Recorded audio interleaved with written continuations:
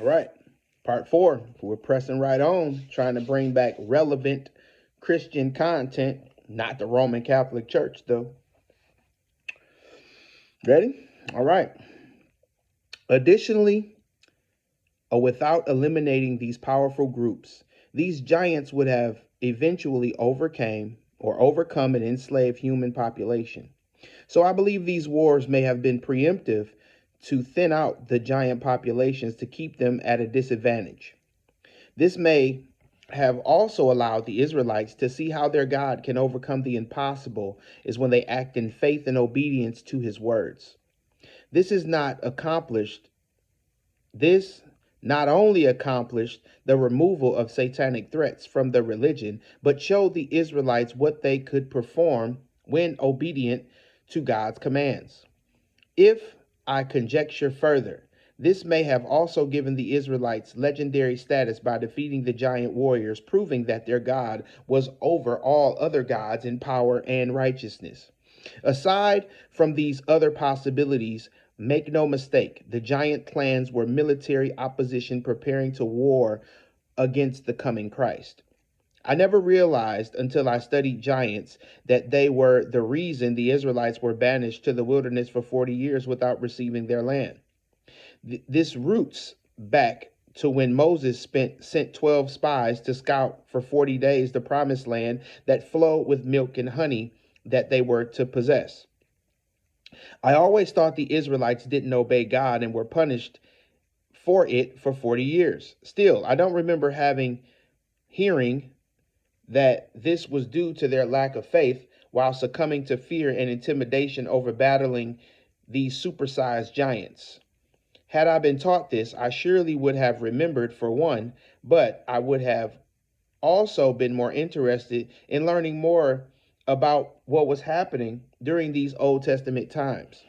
After the Israelite spies returned from their scouting mission, 10 were too afraid to pursue the land, thinking God was leading them to their deaths in a massacre of giant defeat, and wanted to return to Egypt as enslaved people. But the two obedient spies were Joshua and Caleb. They were faithful in their belief that God would allow them to prevail against the Titan inhabitants, and they were not punished for 40 years like the unfaithful spies who surrendered to fear. You can read this story in full in Numbers 13 and 14, but here is a snippet. Numbers chapter 13, verse 25 through 31. Is when they returned from spying out the land at the end of 40 days, they went on and came to Moses and Aaron and to all the congregation of the sons of Israel in the wilderness of Paran at Kadesh. And they brought back word to them and to all the congregation and showed them the fruit of the land. So they reported to them and said, as we came into the land and where you sent us, and it certainly does flow with milk and honey, and this is its fruit. And nevertheless, the people who live in the land are strong, and the cities are fortified and very large. And indeed, as we saw the descendants of Anak there, Amalek is living in the land of the Negev. The Hittites, the Jebusites, and the Amorites are living in the hill country, and the Canaanites are living by the sea and by the side of the Jordan. Then Caleb quieted the people before Moses and said, as we should by all means go up and take possession of it, for we will certainly prevail over it. But the men who had gone up with him said, we are not able to go up against the people because they are too strong for us. After all that God did to rescue the Israelites from slavery in Egypt and the many supernatural things they witnessed firsthand, most Israelites still did not fully trust the Most High to do what he said. Instead, they cried, complained, and wished to die in the wilderness instead of facing off against these giants and with God's backing. So God banished them from the promised land for 40 years as punishment, 1 year for each day they spied out the land. As you can see, Caleb was trusting and optimistic about defeating these gigantic nations, and so was Joshua. Numbers chapter 14, verse 6 through 10. And Joshua, the son of Nun, and Caleb, the son of Jephunneh, of those who had spied out the land, tore their clothes, and they spoke to all the congregation of the sons of Israel, saying, and the land which we passed through to spy out is an exceedingly good land. If the Lord is pleased with us, then he will bring us into the land and give it to us, a land is which flows with milk and honey. Only do not rebel against the Lord, and do not fear the people of the land, for they will be our prey. Their protection is gone from them, and the Lord is with us. Do not fear them. But all the congregation said to stone them with stones. Then the glory of the Lord appeared in the tent of meeting to all the sons of Israel. That's when this story unraveled for the Israelites, and they were banished to the wilderness, except for the tribes belonging to the faithful Joshua and Caleb. Numbers chapter 14, verse 30. By no means will you come into the land where I swore to settle you, except for Caleb the son of Jephunneh and Joshua the son of Nun. These ancient wars against giant rivals continued for a long time. Finally, the conflicts concluded when these ancestors of the Nephilim were wiped out from the land, when the covenant between God and Abraham was fulfilled. Joshua chapter 11, verse 21 through 23. Then Joshua came up at that time and eliminated the Anakim from the hill country, from Hebron, Debor, Anab, and from all the hill country of Judah and all the hill country of Israel. Joshua utterly destroyed them with their cities.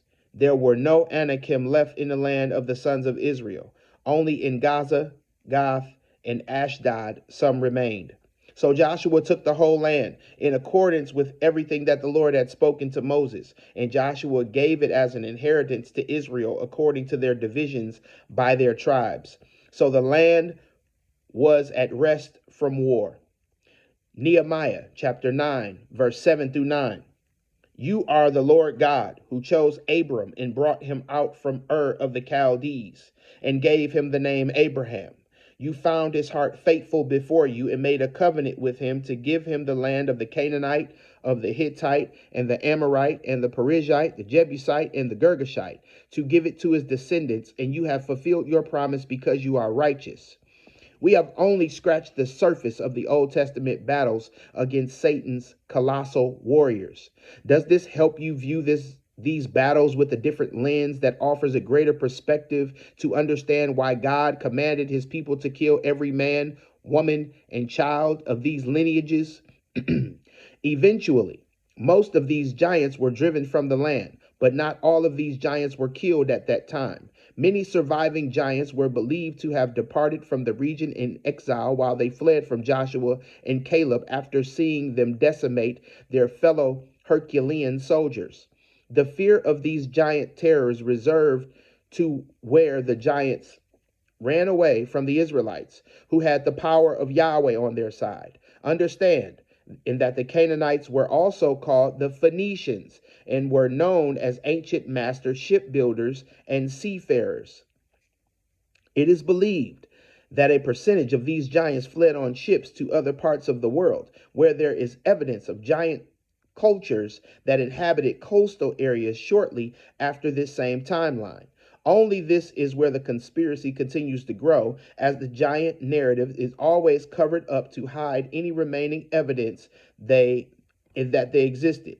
Aside from hot spots like Malta and Bolivia, the island of Sardinia is one located where it remains a treasure trove for giant tombs and legends, where the island is littered with more than 7,000 remaining large stone towers known as Nuraghi.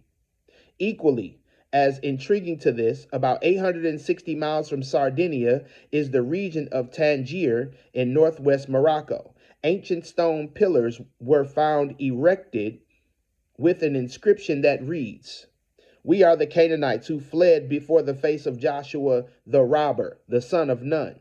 This is incredible. But this is not exclusive, because they are legends of known giants from every continent worldwide. Even in the Americas, ancient anecdotes substantiate that giants settled around the Great Lakes region and throughout the Southwest. Their existence in the America territories was even referenced by prominent people like the 16th American president, Abraham Lincoln, who said, "The eyes of that species of extinct giants whose bones will fill the mountains of America, have gazed on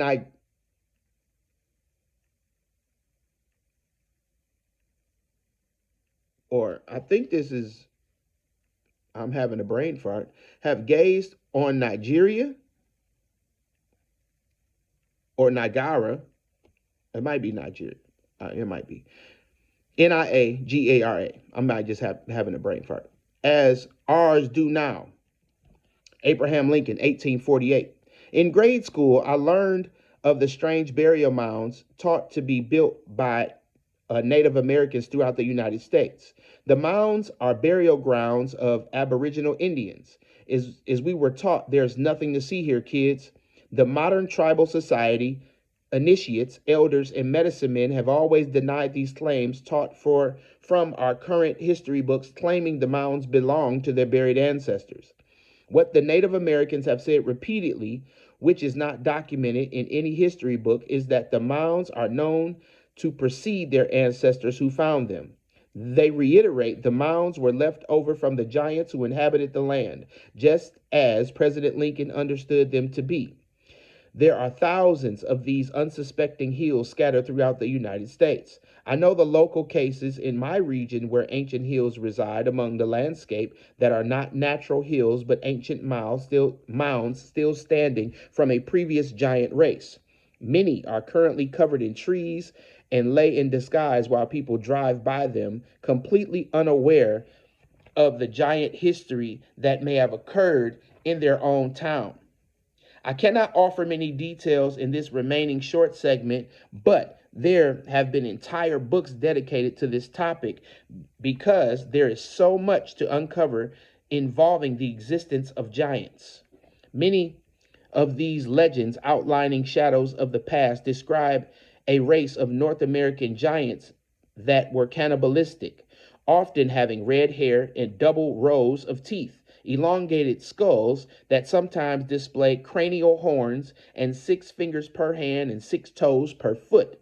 I find it interesting that these legends corroborate a verse from 2 Samuel that describe war with giants while describing these features. 2 Samuel chapter 21 verse 20. There was war at Gath again, where there was a man of great stature who had 6 fingers on each hand and 6 toes on each foot, 24 in number. And he also had been born to the giants. Side note, type in Google LeBron James and 6th toe. You'll be amazed. Might be a little interesting for you.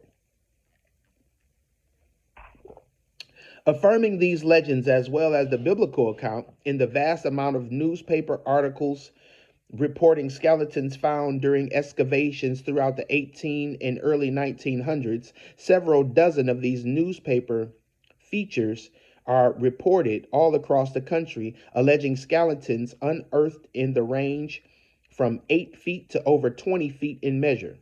There are even reports of multiple skeletons found in the range of 32 to 36 feet tall. At this point, there is no way to determine if all these skeletons were post-flood remains or if some may be remains dating back to pre-flood era.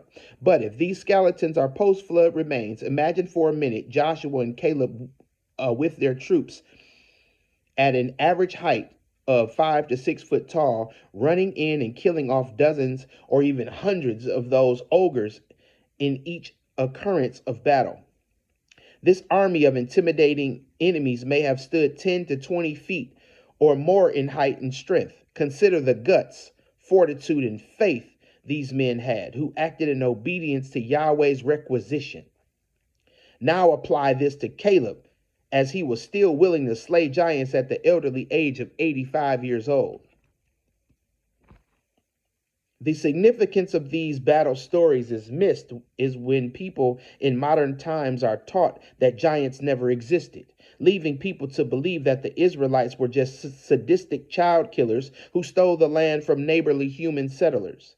Considering the scale of these remains, I want the reader to contemplate this disparity in height to ourselves for a moment. I have some friends that are 6'6" and 6'8" in size. Their stature is evident to all who meet them as they tower above the the average 5'9" man. These loftier than regular guys are typically very gentle in nature and not often intimidating in demeanor to others. But imagine bumping into a guy face to face in a dark alley one night who carries the stature of the famous professional basketball player Shaquille O'Neal. At 7'1" tall, a stocky former basketball star is perceived as a modern day giant. If an average sized man encountered an angered or aggressive Shaq in an alley, it would likely evoke a fear that most could not directly fathom firsthand. Another example of a well known modern oversized man would be Andre the Giant. The late and intimidating former WWF wrestler was 7 feet tall. And even though I might be much faster than him, I would never want to come face to face with a man like this under aggressive circumstances. Imagine how much difference 1 foot makes from an increase to 6 to 7 foot in stature, and consider the advantage of intimidation, reach, and strength.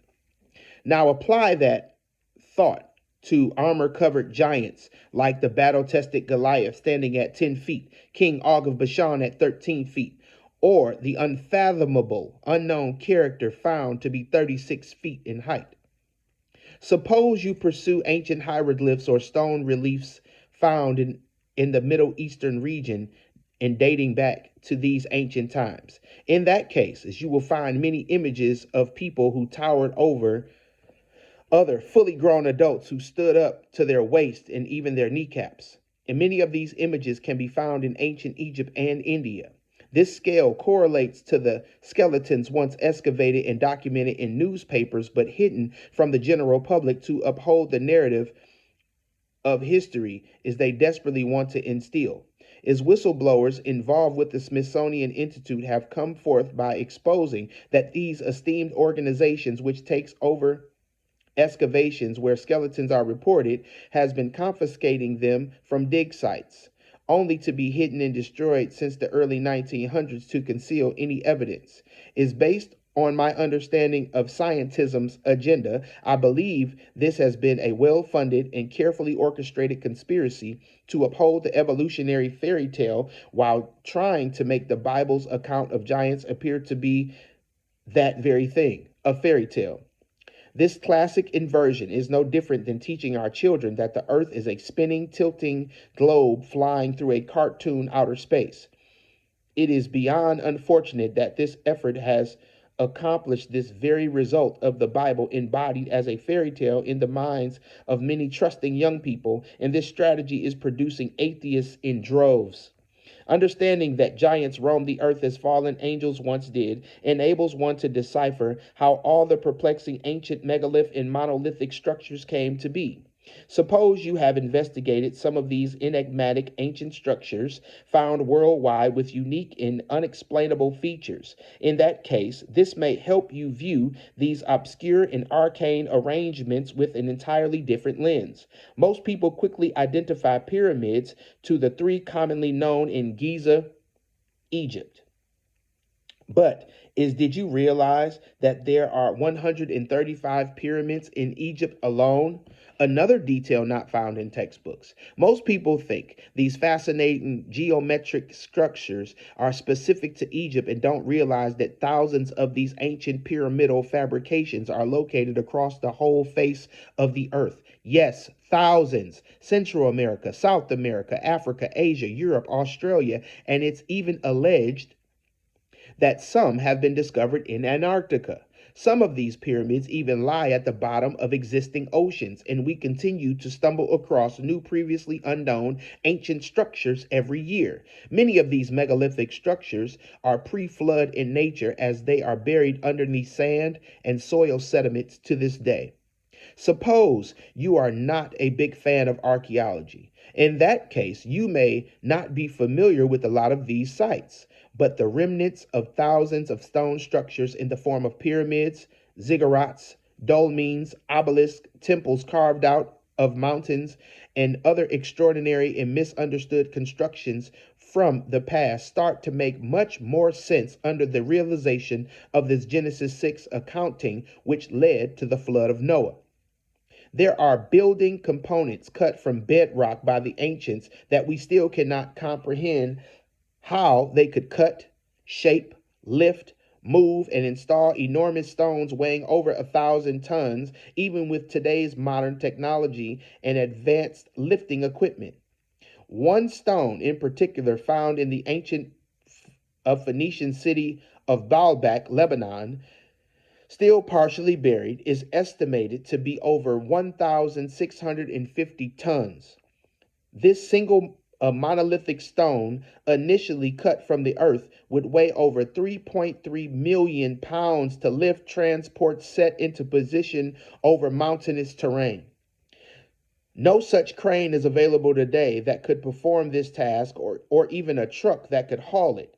Yet the ancients appeared to move these megalithic stones regularly and sometimes over hundreds of miles without modern roads.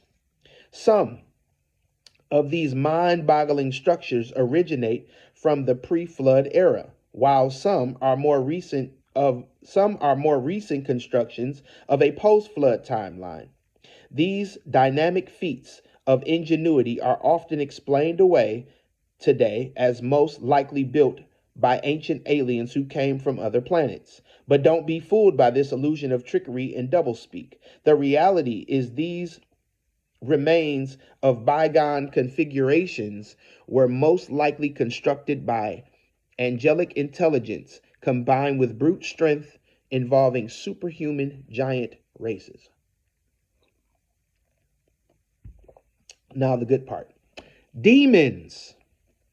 Now that we have gotten an introductory crash course in fallen angels and post-flood giants, we need to look further into those invisible evil spirits known as demons. The word demon originates from the Greek term daemon or daemones, which translates as an evil spirit. Let's kick off this section by defining this term in English. Demon. Number one, an evil spirit. Number two, a source or agent of evil, harm, distress, or ruin. Understanding where demons derive from has been one of those perplexing questions that I have always wondered about and was never able to get a good answer to explain their origins. I seem to remember the times it has come up. The standard response that sticks out is these corrupted spirits are fallen angels or members of satanic angelic forces. Other answers I can recall were simply spirits from evil people who passed away, but neither of these explanations ever made much sense to me. I also feel that reading some of these earlier passages cited from Enoch in the Bible that discuss fallen angels being in prison until judgment makes even less sense that they are the same entity as a demon. For this part of this chapter, I will tell you up front that a demon is not a fallen angel, nor is it a spirit of a deceased evil person. I agree. You can go back in my videos because I understand this. I believe part of the confusion of this topic is that it's not defined in any books of the Bible concerning the exact origins of these wicked evil spirits, causing many to speculate or make assumptions.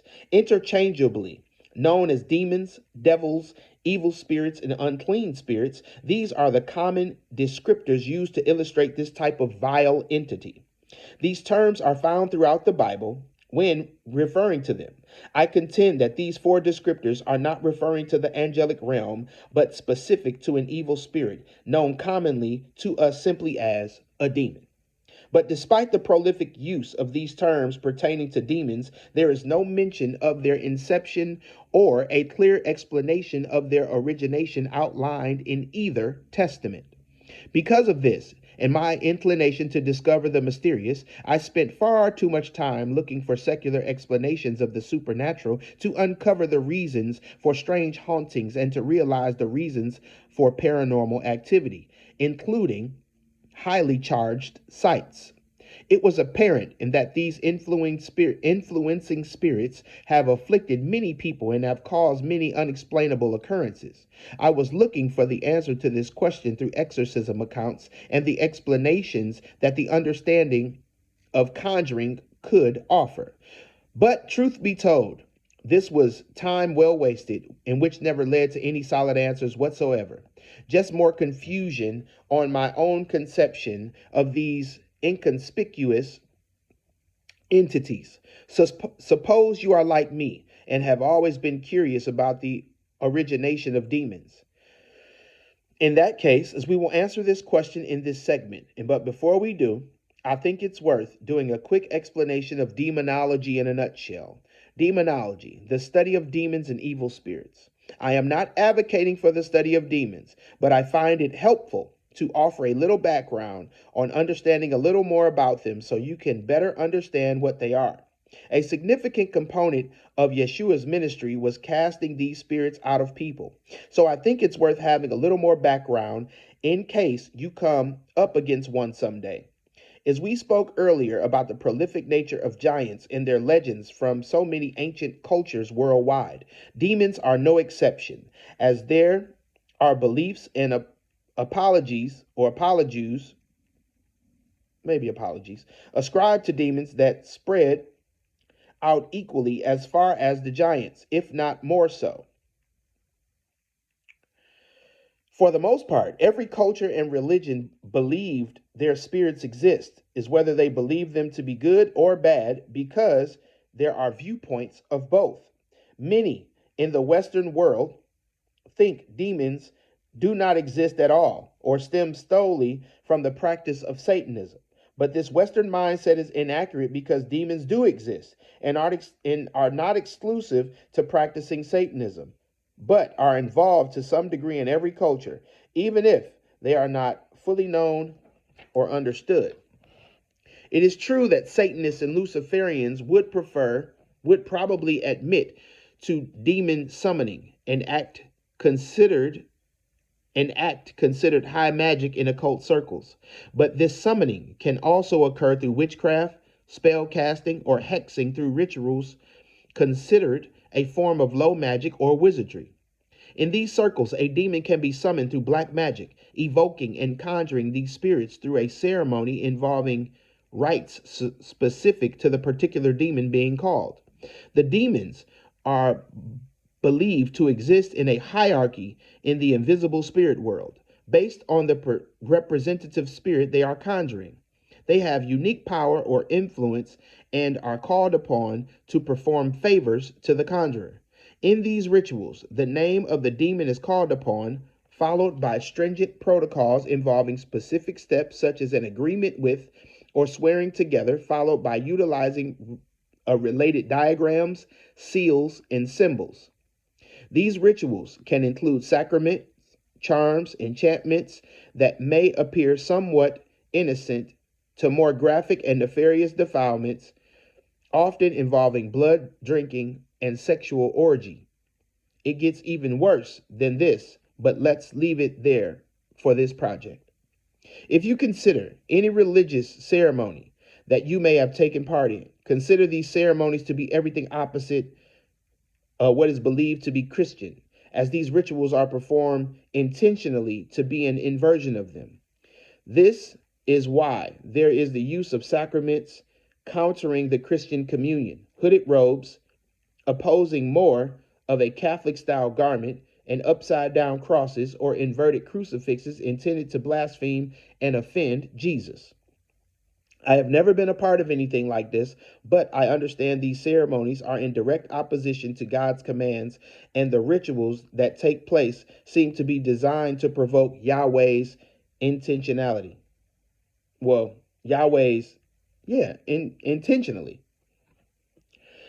This method of provoking doesn't sound like a comfortable thought for most people, regardless of religious affiliation.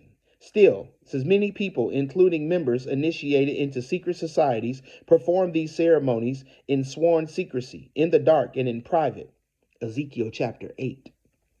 Members of these practices are not limited to Satanists. Their attendees include high-ranking politicians, large corporate business people, celebrities, musicians, board members of hospitals, doctors, police officers, and even some pastors.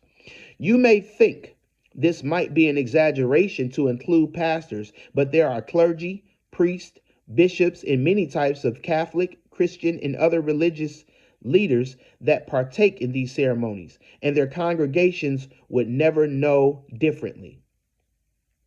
I am not saying this is typical of perceived men of faith, but it does happen today and has been for decades, and in some cases, even centuries. These rituals include demon summoning, are alive and well, taking place in many countries, including America, and are a very dark secret or within the circles of powers that shouldn't be.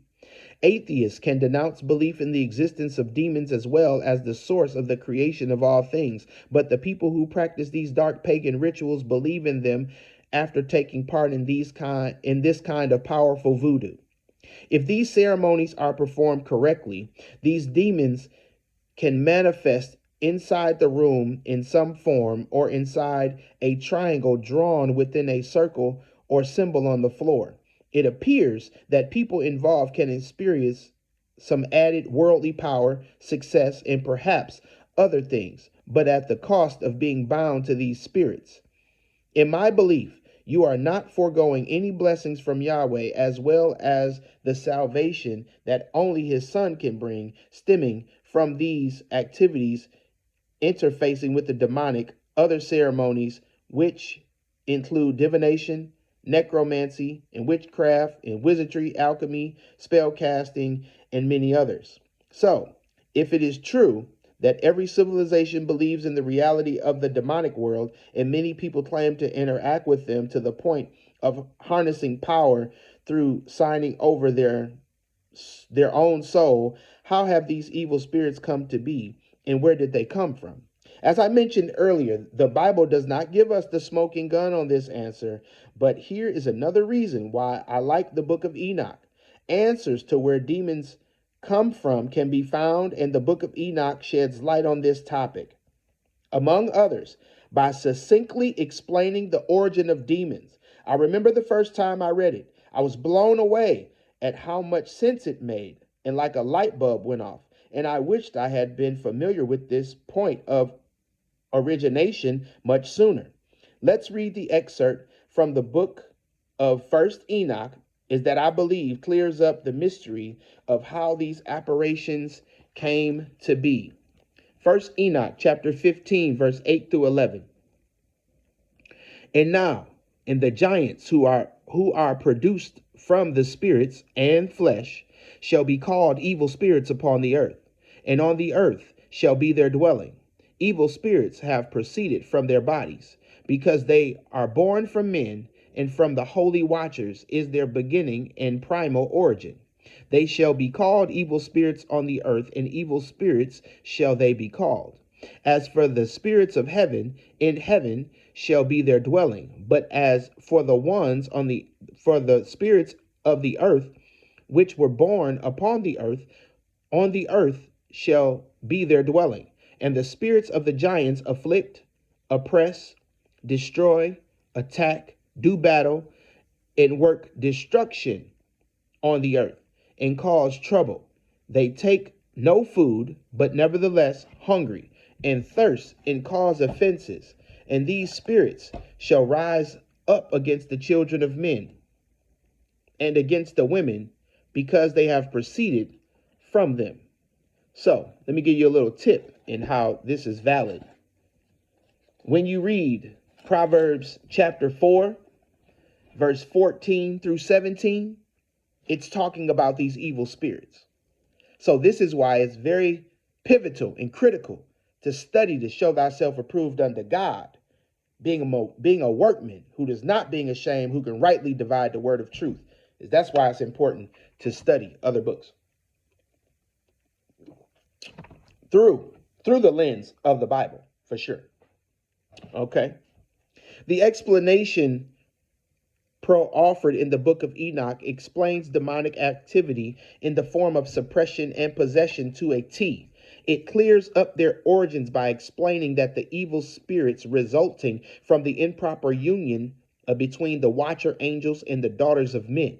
This depiction states that demons are the disembodied spirits of the pre-flood giants. It points out that the spirits of these hybrids, who were part heavenly and part human, were never destined to exist And that's what 1 Corinthians chapter 15, verse 39 and 40 is about. Let me get back to my spot. Were never destined to exist, and therefore have no place to go upon their death. Thus, the disembodied spirits of the deceased Nephilim are banished to roam the earth. This explanation also rectifies why the evil spirit desires to inhabit a human's body. They still hunger, thirst, and lust, but cannot feed these desires unless they find a suitable host to inhabit. This form of demon possession causes severe havoc to a human's experience through affliction, oppression, and ailments caused by the influence of the unclean spirit abiding within. Before coming to this explanation from Enoch, when one tries to reconcile how these demons came to be, it becomes daunting to consider as we process the reason for God creating these spirits in the first place. If God has created everything, then he must have made them for a good cause, some may postulate. But this is a commonly flawed supposition presumed from lack of knowledge of the fallen angel incursion of Genesis 6 and the ramifications their offspring Titans, disembodied spirits, have had ever since. This explanation explains why these evil spirits have plagued humanity for thousands of years. And God did not create giants or hybrids, nor did he create their disembodied demon spirits. All of these invisible entities are concocted abominations by fallen angels that serve to work against God and his created order. So I'm going to stop there. I'll let you chew on that meat. Part 5 will be the last one.